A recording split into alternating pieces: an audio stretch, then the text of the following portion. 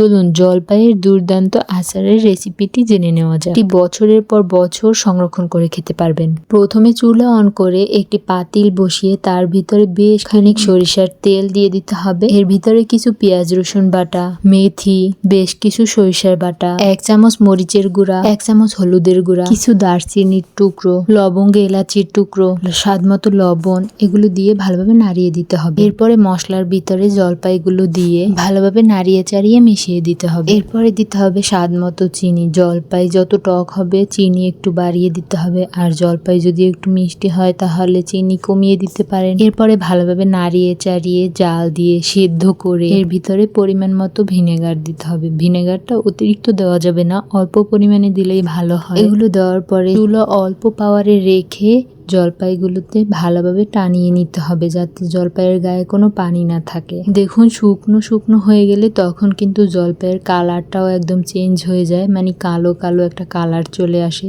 তখন কিন্তু উঠিয়ে রাখতে হবে। আর আপনাদের কাছে ঝাল কম মনে হলে আপনারা শুকনো মরিচ টেলে তারপরে এর ভিতরে দিয়ে দিতে পারেন। সবশেষে চিলি মরিচ এবং পাঁচফোড়ন দিয়ে একটি বাটিতে করে একদিন রোদে দিয়ে কাঁচের বক্সে করে রেখে বছরের পর বছর সংরক্ষণ করে খেতে পারবেন।